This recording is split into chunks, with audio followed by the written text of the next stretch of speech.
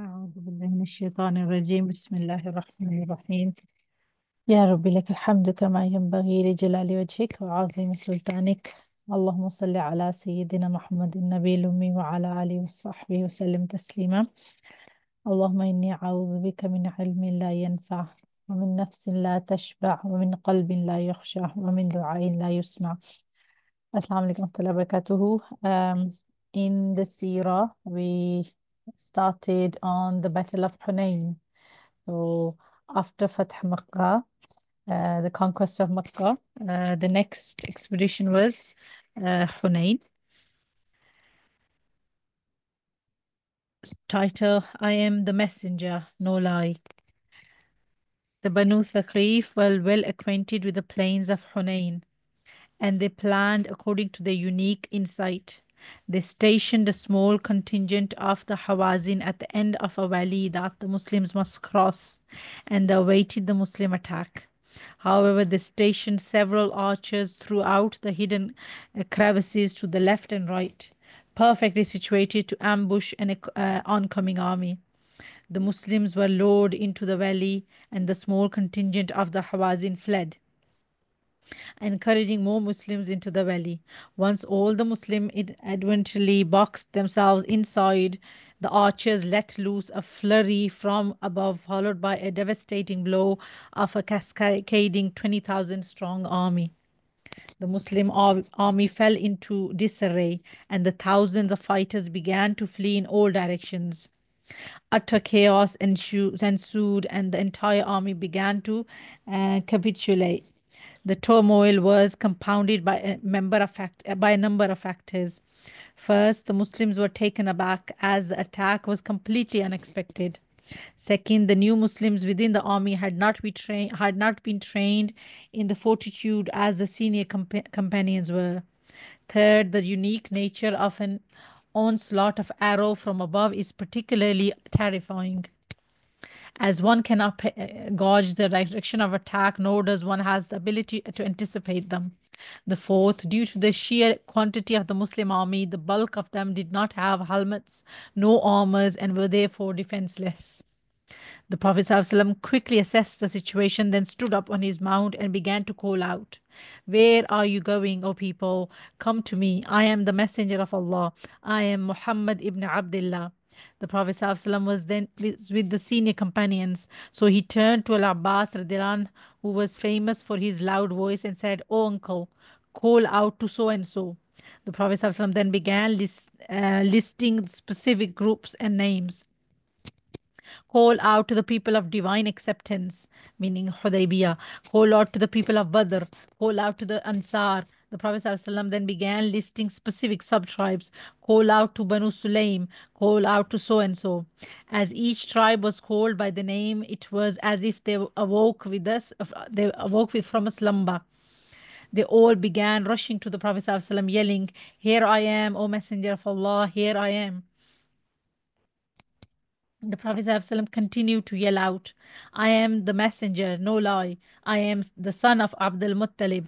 As the Muslims reassembled, the Prophet ﷺ proclaimed, "Now the real battle has begun." The Prophet ﷺ appealed to both religious and tribal loyalties in a critical moment. The senior companions fled to "I am the messenger, no lie," and the newly converted Arabs perhaps fled to "I am Muhammad, son of Abdul Muttalib." This instance demonstrates the permissibility of appealing to tribal tendencies as long as they do not contradict Islamic values.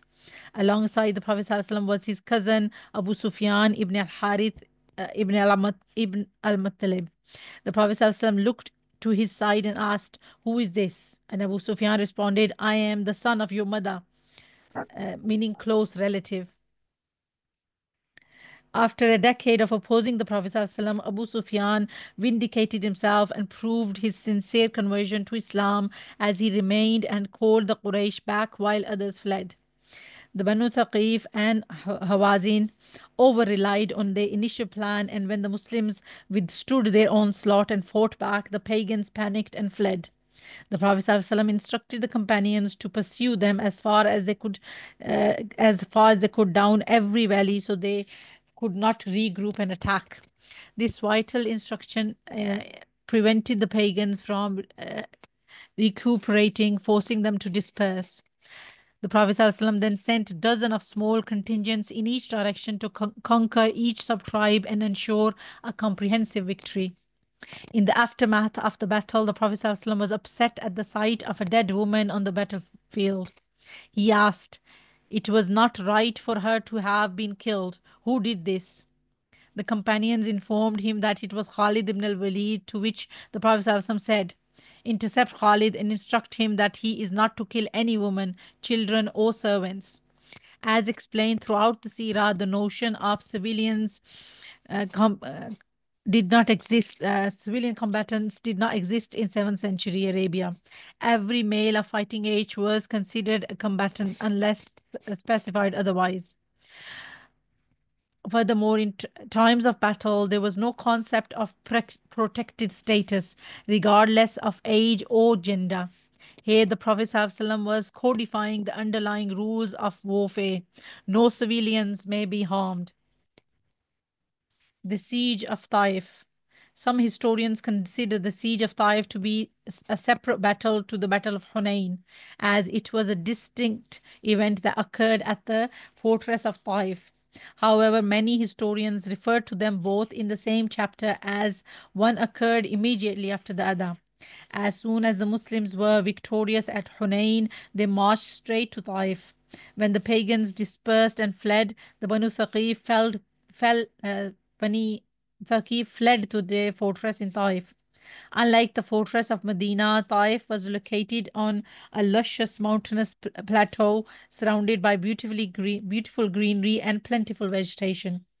It was therefore extremely difficult to penetrate, and due to their natural resources, they had fresh water and enough stock to last over a year. The people of Taif were planning to attack the Muslims for months prior, so they made sure to stock up on supplies in the case of a siege. The Prophet ﷺ likewise prepared in advance. As the Muslims marched to Hunain, he sent Urwa ibn Mas'ud and Ghailan ibn Salama on a special expedition to the Roman tribe of Jurash to learn about special instruments of war. They learned how to build and use a catapult, how to attack a fortress using testaruv formation, and how to build and use a battering ram. All these devices and techniques were completely foreign to the Arabs, but the Prophet ﷺ was proactive in enhancing techniques in warfare. Despite the best efforts in utilizing these advanced techniques and devices, the Muslims struggled to penetrate the imposing walls. The people of Taif threw boulders, poured boiling oil, and showered the Muslim army with arrows, inflicting many casualties. The Muslims were struggling to maintain the attack, and the Prophet ﷺ suggested that they leave and return at a later date. Some companions, in their unrestrained zeal, were adamant in their desire to remain. After tasting the victories of Makkah in Hunain, they pleaded with the Prophet ﷺ to continue, to which he agreed. To penetrate the walls and again, the companions then resorted to an unfavorable tactic of burning the crops, which would destroy their agriculture produced for decades to come. The people of Taif began to wail and plead from the rooftops for Muslims to stop. "We ask you by Allah and by our blood relation." The Prophet ﷺ's heart softened upon hearing their pleading, and he ﷺ forbade the companions from burning any agriculture. The Prophet ﷺ then announced to the people of Taif, "Anyone who joins us will be protected, and any slave who joins us will be freed." Many people then escaped in the night and joined the ranks of Muslims, but the state of affairs remained as it was. The companions tried once more to penetrate the walls and again were faced with major casualties. The Prophet ﷺ then suggested for a second time that they return home, and the companions quietly agreed. After almost 2 weeks of an unsuccessful siege, the Muslims left, and the companions asked the Prophet ﷺ to make dua against the Banu Thaqif. Not only did they expel the Prophet ﷺ years prior and cause him the most emotional distress he ever faced, but they now caused many Muslim deaths and rejected the call to Allah subhanahu wa ta'ala once more. The Prophet ﷺ raised his hands and all the companions raised their hands. And the Prophet ﷺ prayed, O Allah, guide Thaqif.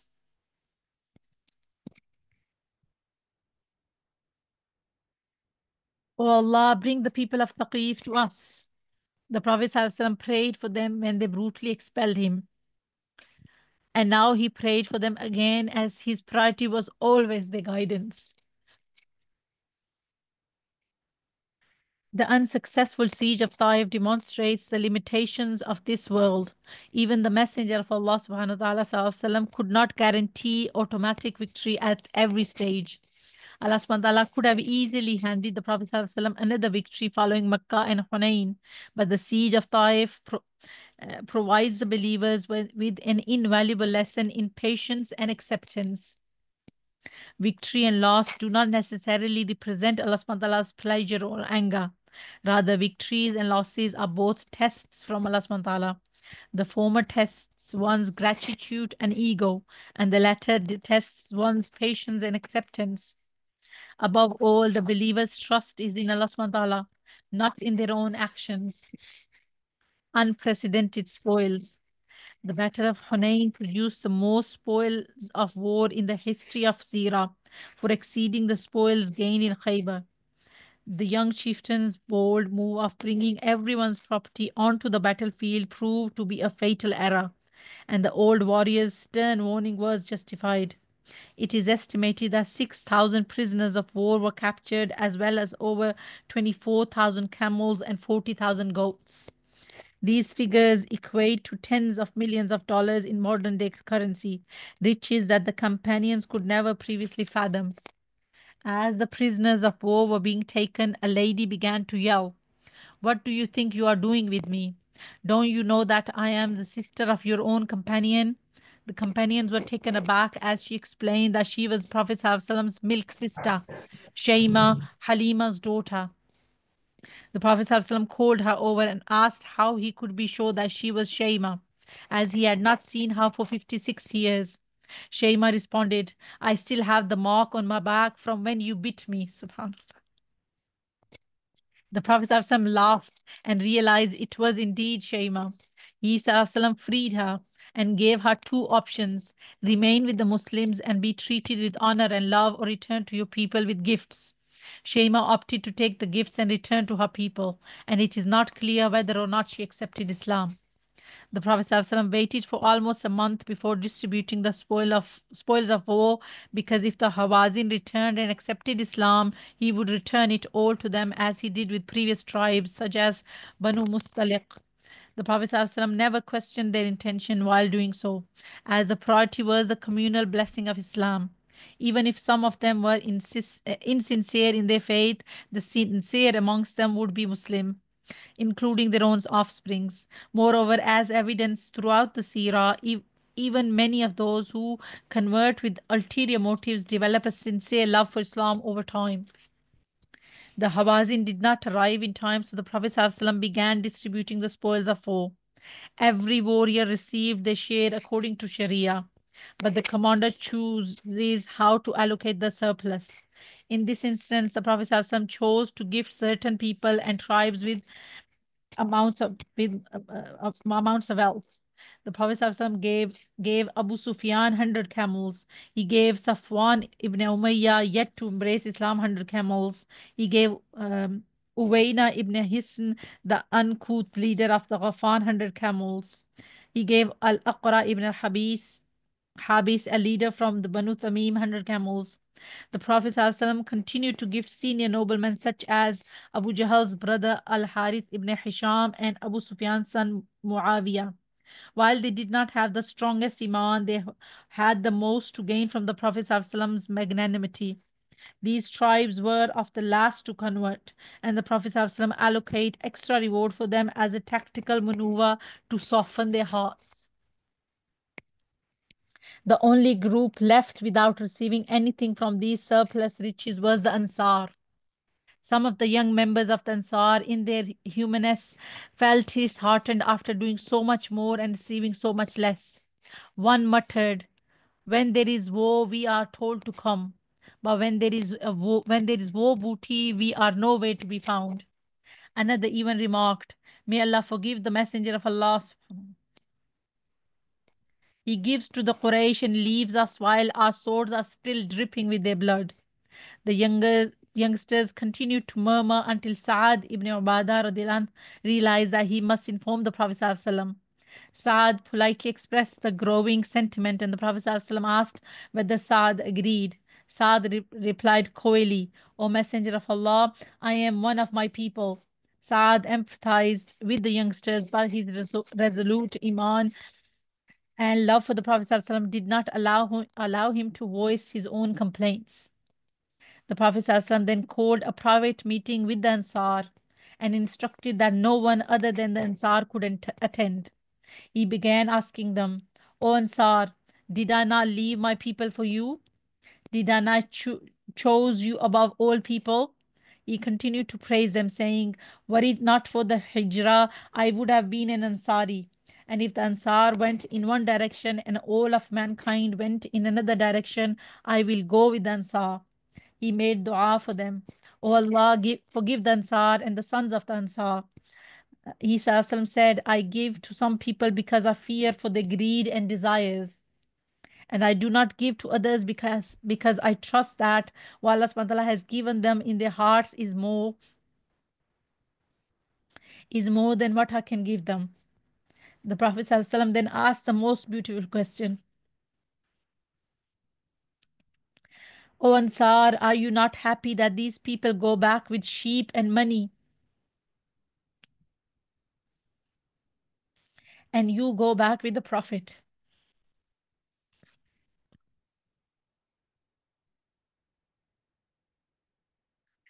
The Ansar began to weep until their beards were soaked, and they never expressed such sentiment again. They said, We are pleased with Allah as our Lord, and with Islam as a religion, and with Muhammad Sallallahu Alaihi Wasallam as our Prophet. Indeed, the Prophet Sallallahu Alaihi Wasallam truly loved the Ansar from the bottom of his heart. He also said, Love for the Ansar is a sign of Iman, and hating the Ansar is a part of hypocrisy. Of course, the Prophet ﷺ's wisdom was indeed vindicated as one of these tribal leaders who received so much returned to his people and said, O my people, embrace Islam, for Muhammad freely gives and does not fear poverty. That means from him, he took that he must be a prophet. The leader was shown how a prophet acts compared to a warlord or an imperial conqueror. The perils of greed. Hakim ibn Hizam was also given large amounts of wealth. As the Prophet ﷺ gave, he asked for more. And each time he asked for more, the Prophet ﷺ continued to give. After the third time of asking for more, the Prophet ﷺ said, O Hakim, this money is sweet and luscious. Whoever takes it with an open and generous heart will be granted many blessings. But whoever takes it with desire and greed will continue to consume without ever reaching his fill. The Prophet's statement shook Hakim, and he replied, O Messenger of Allah, I will never ask anyone for anything again after this. Hakim lived a long life, and he truly did not ask others again. The people began queuing for money. An uncouth Bedouin went as far as to grab the Prophet ﷺ's collar and demand, Give me some of the wealth of Allah that is at your disposal. The Prophet ﷺ smiled and instructed the companions to give him some money. The Prophet ﷺ continued to hand out the money, not taking a penny for himself, until it completely ran out. Some Bedouins continued to surround the Prophet ﷺ, crowding him until his shirt was stuck on a thorny bush. The Prophet ﷺ finally retorted, Return my garment to me, for by Allah, if I had as many camels as the thorns in the shrubs around us, you would have found me giving the last one to you. Worse yet, a man approached the Prophet ﷺ and demanded, Be just. The Prophet ﷺ responded angrily, Woe to you, and who is more just than me? The man continued this saying, This This distribution is not for the sake of Allah. The Prophet ﷺ responded once more, will you not trust me when the one in the heavens trusts me? The man stormed away in arrogance, and Umar radiallahu anh urged the Prophet ﷺ to allow him to execute him. Subhanallah, Umar, and to allow him to execute him for this his blatant apostasy. The Prophet ﷺ replied, woe to me if the people start to say that I killed my own companions.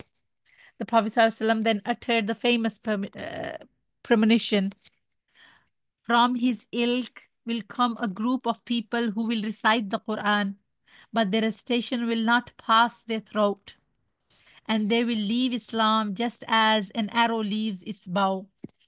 The Prophet ﷺ smiled in the face of uncultured Bedouin, but responded adamantly to the arrogant man who questioned his integrity. Bedouin may be excused as they are not acquainted with appropriate etiquette, but arrogance is the deadliest of sins. The man effectively proclaimed to be holier than the Prophet ﷺ, and the Prophet ﷺ only prevented Umar from taking actions due to his concern for the greater good of the community. Allah subhanahu wa ta'ala revealed, there are some of them who are critical of your distribution of alms. If they are given some of it, they are pleased, but if not, they are enraged. If only they had been content with what Allah subhanahu wa ta'ala in His Messenger sallallahu alaihi wasallam had given them and said, Allah is sufficient for us. Allah will grant us out of His bounty, and so will His Messenger. To Allah we return with hope. After the spoils of war were distributed and nothing remained, the Hawazin eventually arrived, requesting to accept Islam. The Prophet ﷺ accepted the Islam but explained that their property had already been distributed. The Prophet ﷺ nevertheless sympathized with them, as their families had been captured as prisoners of war. So he ﷺ suggested that they rely on the Muslim generosity to return them. After the prayer, the Prophet ﷺ encouraged the Hawazin to ask for their families back and cite the Prophet ﷺ as intercessor. The Prophet ﷺ then stood up and announced, as for the prisoners with the Banu Abdul Muttalib, they are all yours. Each tribe leader then followed suit and returned the prisoners of war to their families. The only exception was a handful of recently converted Bedouin tribes. They did not gift the prisoners of war, but instead offered to sell them. The Prophet ﷺ could not force them otherwise. So he ﷺ offered to buy them on behalf of the Hawazin and pay from the spoils of war of the next battle. Subhanallah. The Battle of Hunain signifies the end of paganism in the Arabian Peninsula, with the exception of the fortress of Taif, which would accept Islam shortly. Paganism would cease to exist in Arabia. The land of idolatry was cleansed of idol worship, and the Prophet ﷺ turned his attention towards the Roman Empire. The expedition of Tabuk. The expedition of Tabuk took place in Rajab 9th Hijri and was the last expedition in the seerah of Prophet ﷺ. It was also the furthest the Prophet ﷺ ever traveled with an army. The purpose of the expedition is not entirely clear, but scholars offer their theories. Some explain that the Romans were preparing a large army to attack. Sorry. Um, some explain that the Romans were preparing a large army to attack the Muslims after the chieftains of Ghassanides sent a letter to Rome urging their support. However, it may be far-fetched for the Roman Empire to send thousands of troops to the Arabs. Another theory explains that the Ghassanides themselves were the target of the attack, which is perhaps more plausible. However, it would not explain why the Prophet ﷺ would embark in the hottest month of the year, which, as will be explained below, posed extreme hardship. The most conceivable explanation, therefore, is that it was a command from Allah subhanahu wa ta'ala to test the believers. The subtext of the expedition, in any case, was a preemptive attack on Roman forces, and the Muslims were expecting a formidable foe. The expedition of Tabuk comprised the biggest army in the whole Sierra, with sources claiming over 30,000 attendees. This may be an overestimation due to the enormous crowds and the impossible task of counting them, but it was still the largest army that ever accompanied the Prophet ﷺ. The expedition took place in the scorching heat of summer, which is particularly severe in Arabia. The desert climate further um, exacerbates the heat, which grew almost unbearable. The companions endured this for an entire month as they traveled for over 1,000 miles. Subhanallah. Moreover, the Prophet ﷺ embarked just before the harvest season. Most people did not enjoy a regular salary. Rather, they earned their income on a yearly basis according to their harvest. The army left before the harvest and returned after the harvest, effectively foregoing an entire year's income. Most of the companions would refer to the expedition of Tabuk as the army of hardship due to the extreme difficulties suffered despite no actual fighting taking place. Allah subhanahu wa ta'ala also references this.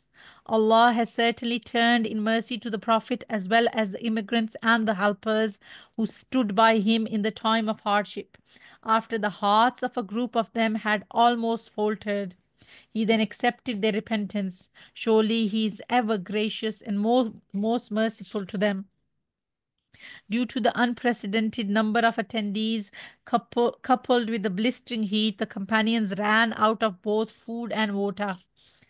Qatada, the student of Ibn Abbas radiallahu anh, commented, this verse refers to the expedition of Tabuk.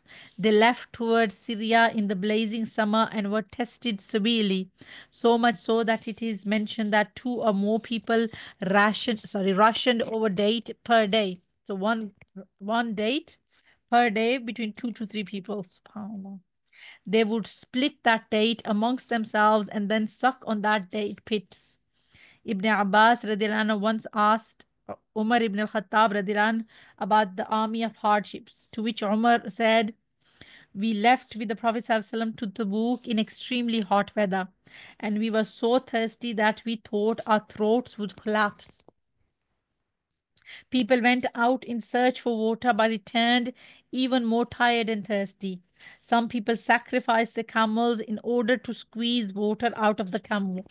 In the trunk of the camel, there is some water that is naturally stored. The expedition of the book was a personal obligation, fard ain, on every Muslim, as the Prophet ﷺ explicitly commanded every capable male to attend. So everybody had to attend. Moreover, the entirety of Surah Al-Tawbah was revealed, which is the most direct surah in urging jihad. Allah subhanahu wa ta'ala states, O believers, what is the matter with you that when you are asked to march forth in the cause of Allah, you cling firmly to land? Do you prefer the life of this world over the hereafter? The enjoyment of this worldly life is insignificant compared to that of the hereafter. If you do not march forth, He will afflict you with a painful torment and replace you with other people. You are not harming Him in the least, and Allah subhanahu wa ta'ala is most capable of everything. These strong commands corroborate the theory that the expedition of Tabuk was a test from Allah subhanahu wa ta'ala, as the same type of language is not used in any other surah when encouraging jihad. It was the final expedition with the Prophet ﷺ, and Allah subhanahu wa ta'ala wanted to test the believers' sincerity to the cause. The fact that no fighting took place but the expedition itself was extremely testing further adds to the notion that it was all a test. The Prophet ﷺ raised funds by calling on the companions to support the cause. Despite gaining vast riches at Hunain, nothing remained as the Prophet ﷺ gave it all away for the sake of Allah subhanahu wa ta'ala. The Prophet ﷺ rallied the companions to give whatever they could, promising whoever finances the expedition will be granted paradise. Most of the companions gave whatever they could, but the lion's share of the funds came from Uthman ibn Affan radiallahu anh. As Prophet ﷺ continued to rally the companions on the pulpit asking, who will give? Who will give? Uthman radiallahu anh stood up and declared, I will give 100 camels and all that in on them and all that is on them. The Prophet ﷺ to continue to ask, who will give? Usman radiallahu anh stood up again and said, I will give 200 camels and all that is on them. The Prophet ﷺ again asked, and Uthman radiallahu anh again stood up and said, I will give 300 camels and all that is on them. The Prophet ﷺ then said, Uthman has no sin after what he has done today.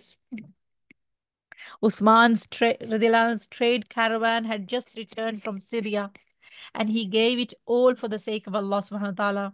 As the Prophet ﷺ spread his hand through the pile of gold coins, he said, by Allah, nothing can harm Uthman after what he has done today. After hearing Prophet ﷺ's promise of paradise, Umar radiallahu anhu went home and gathered half his entire wealth for the sake of Allah subhanahu wa ta'ala.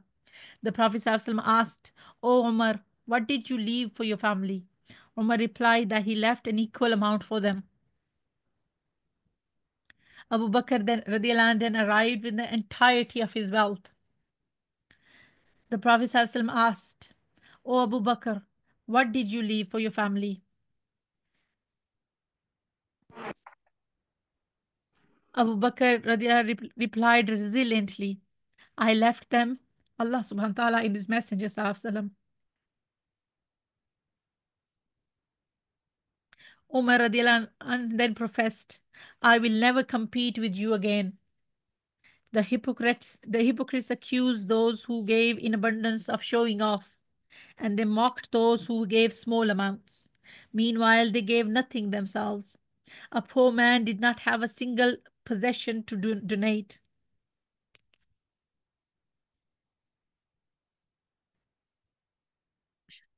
So he worked tirelessly throughout the night, pulling water, pulling water out of a well to earn a few dates. He donated half of them for the sake of Allah and kept the other half to feed his family. Abdullah ibn Ubay ibn Salul began laughing with his cronies, ridiculing his feeble attempt. One of them said, do you think Allah needs these dates? Another mocked, you are in more need of these dates than anyone else. The companion felt embarrassed after his tireless effort to produce these mere dates for Allah subhanahu wa ta'ala's sake. But Allah subhanahu wa ta'ala revealed,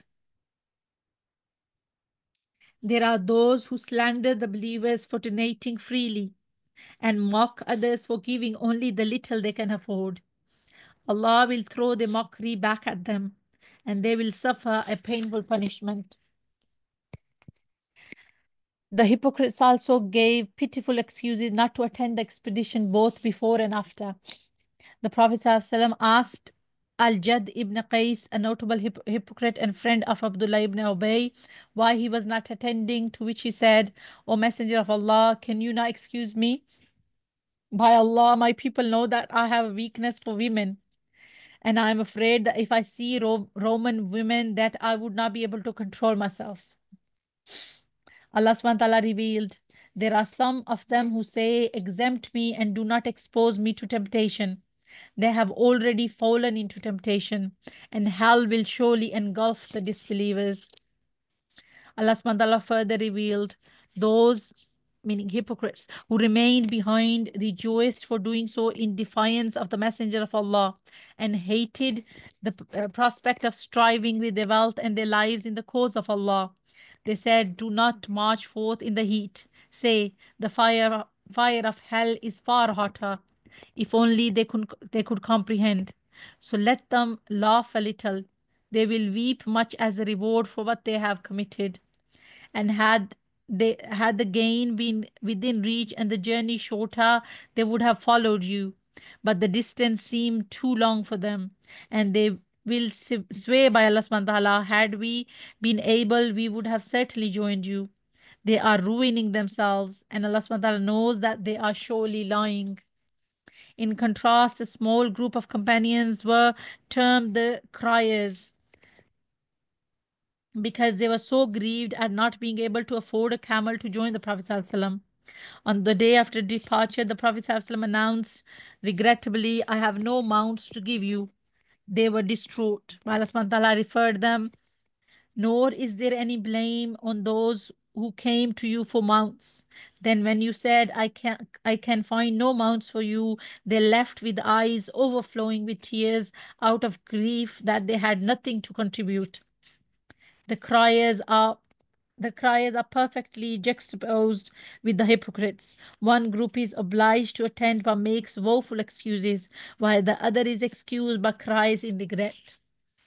Allah subhanahu wa ta'ala also excused anyone else who could not attend for a valid reason. There is no blame on the weak, the sick, or those lacking the means, as long as they're true to Allah subhanahu wa ta'ala and His Messenger sallallahu alaihi wasallam. There is no blame on the good doers, and Allah subhanahu wa ta'ala is all forgiving, most merciful. The Prophet ﷺ said to the companions at Tabuk after they suffered extreme hardship, you left people behind in Medina who have not taken a step, spent any wealth, or crossed a valley, yet they are still with you. The companions asked, O Messenger of Allah, how can they be with us while they are in Medina? The Prophet ﷺ replied, they were held back due to legitimate excuse. This hadith is truly a glad tiding for any Muslim that has intention to carry out good even if they could not.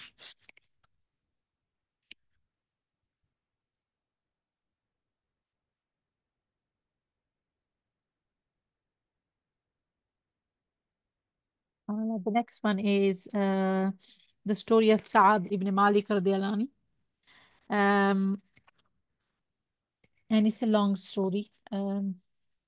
So I'm just thinking, should I just it's few pages? It's a beautiful story. I don't want to be telling when in the state that everyone is tired. So inshallah, we'll do this tomorrow. اللهم صل على سيدنا محمد وبارك وسلم تسليما